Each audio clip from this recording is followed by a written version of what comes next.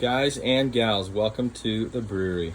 So I've been making a bunch of changes to my setup, slowly switching over to electric brewing, and wanted to show you a little bit of what I've come up with. I've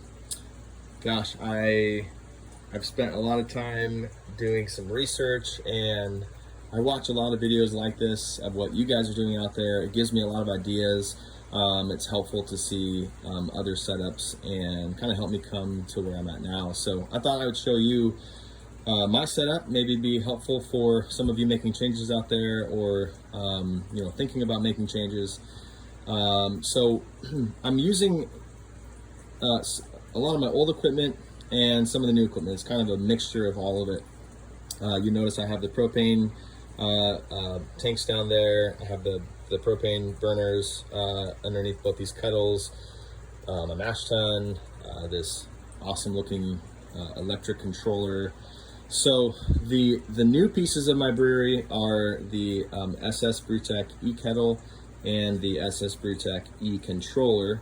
The old pieces of my brewery are the mash tun and the cold break brewing pot and the propane stuff. So my setup right now is a kettle rims system, okay?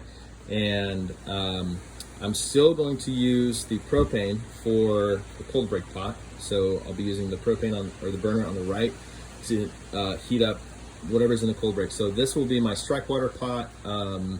If I'm doing sparging, I'll have water in the cold break pot heating up via propane on the right hand side. I will not need to use the propane burner on the left because the eKettle has a heating element inside, and so don't need propane for that. And honestly, this electric setup is powerful. It's 240 volt 30 amp. It heats up about twice as fast as the propane. And my cold break pot it's a good pot. It has a triclad aluminum bottom, so it helps heat transfer a lot more efficiently than some other stainless steel pots. But anyway, so here's how it's going to work.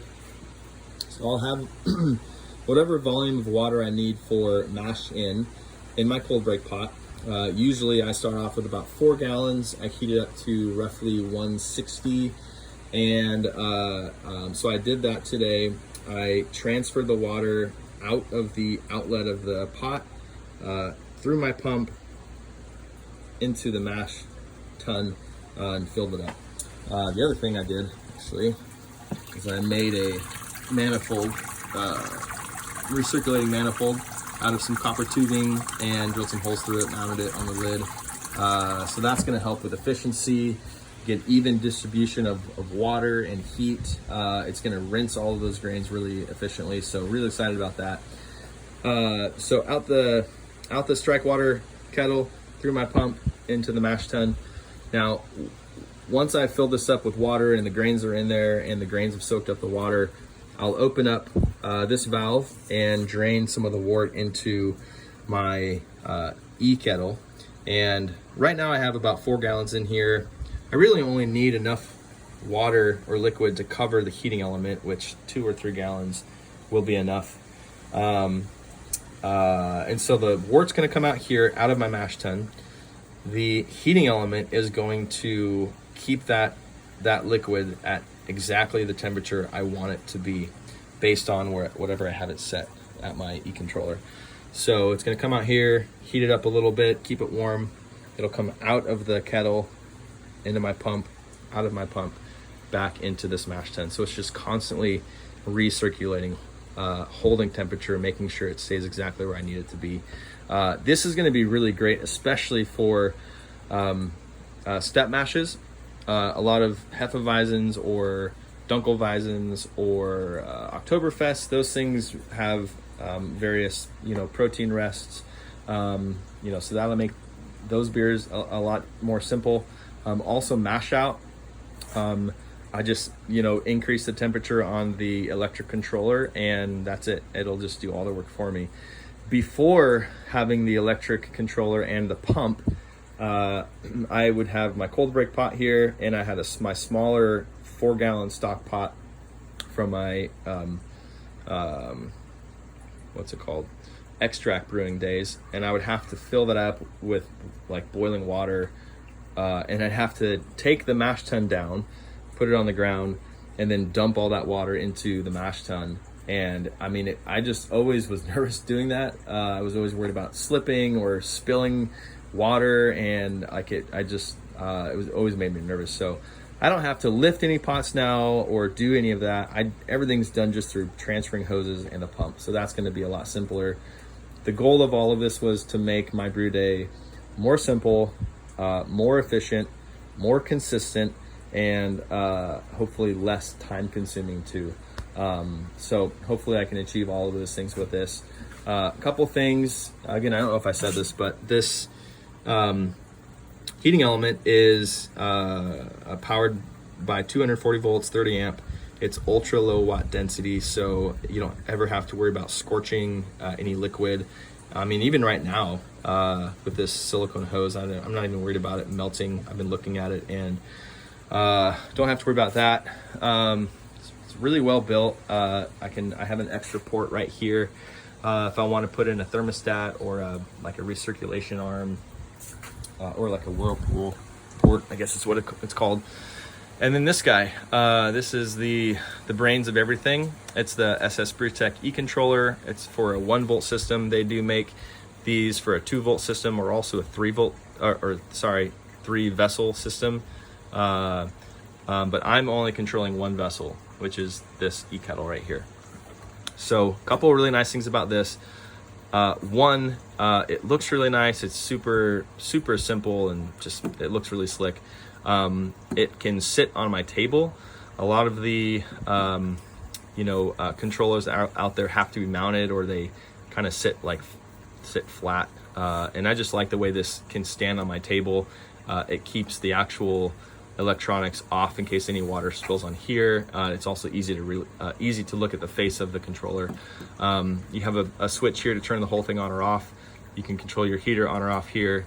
You have 2 accessory outlets. I have 1 pump that I'm using. I don't need a second pump, but if you need or have 2 pumps, you do have 2 outlets to run those. Those are off a 110 volt or 120, I think, I can't remember.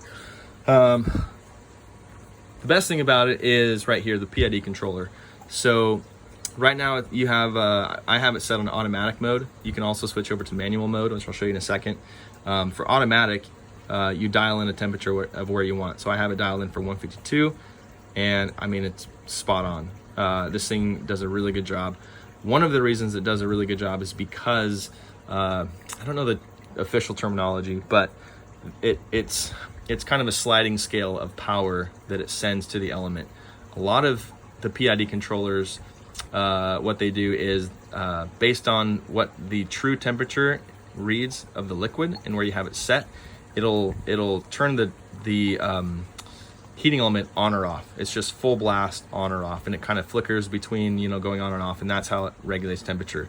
This one can send a specific range of power to that heating element. So if I switch over to manual mode right here, we can see it's at 35, almost 36% power. So it's sort of a sliding scale, like a fader. That's really nice because it gives you the option of having more control, more finely tuned, system. So when I want to bring this to a boil, you can either use these arrows and just dial it up, or you can go over and set, like this would be 100% power, and then you do that and it kicks on and it'll start heating things up.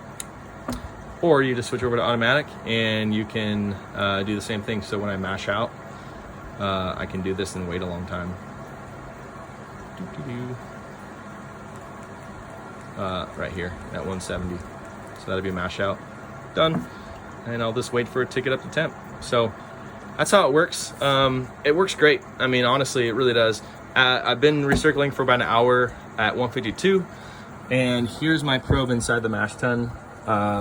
It's at 150, so I have about a 2-degree difference. It's been bouncing back and forth between 151 and 150. So I have about a 1 to 2 degree difference from the mash tun to the kettle to once everything kind of comes all around. And that's great. I can compensate for that. I can bump up the temperature just a couple degrees on brew day to get the grain bed exactly what temperature I want. So that is the system I have. A little bit of old stuff incorporated with some of the new stuff, and I think it's going to work really great. So if you guys have any questions, send me a comment or a message. I'd be happy to answer them for you. But that's how I have things at Iron Room Brewing set up at the moment. Cheers.